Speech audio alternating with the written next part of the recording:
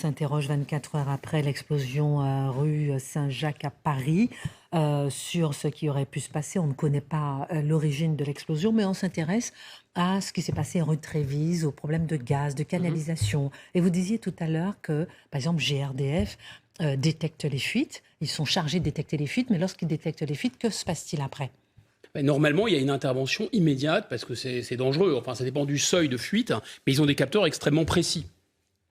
Mais sauf qu'il y a un reportage qui a été diffusé sur France 2, qui est consacré à ce sujet, le 28 novembre 2019, qui ne laisse pas d'être très inquiétant.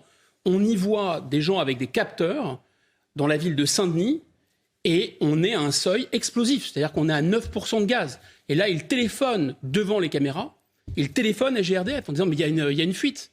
Et la fuite ne sera réparée que quelques mois plus tard. Donc, en fait, qu'est-ce qui se passe ? Il y a une privatisation. En 2000, il y avait 500 personnes, par exemple, à Paris, qui travaillaient pour intervenir immédiatement sur les fuites. Mais comme il y a privatisation maintenant, en 2019, il n'y a plus que 120 personnes. Toc, toc, hop, il est où le profit ? Hop, hop, hop, et la perte, elle est où ? Voilà, hop, c'est du bon taux. Mais en quoi la privatisation est source de risque ?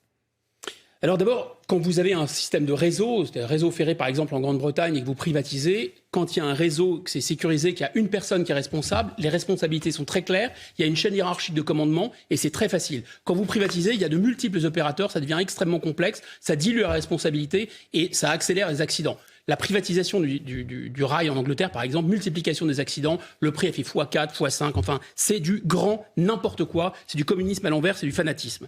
Rappelons d'abord qu'il s'agit d'une obligation européenne, la directive de 2003, qu'on a appliquée bêtement, c'est-à-dire qu'il s'agit de séparer, toujours la même histoire, la distribution du réseau du gaz et la production du gaz. Alors auparavant, c'était EDF qui faisait tout ça, chaîne de commandement très claire, autorité de l'État, service public. Non, ça a été cassé, c'était plus à la mode. Donc on a fait GRDF d'un côté, la distribution, et de l'autre côté EDF. Et EDF, évidemment, privé c'est mieux, donc on a fait Engie avec la fusion Suez. Tout ça est coté maintenant en bourse, l'État s'est retiré progressivement, BlackRock est monté au capital, enfin la fiesta, quoi. Tout va bien pour les actionnaires.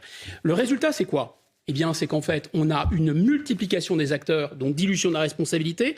On a surtout une logique de rentabilité avec une baisse des coûts. On a moins de personnel pour assurer la sécurité.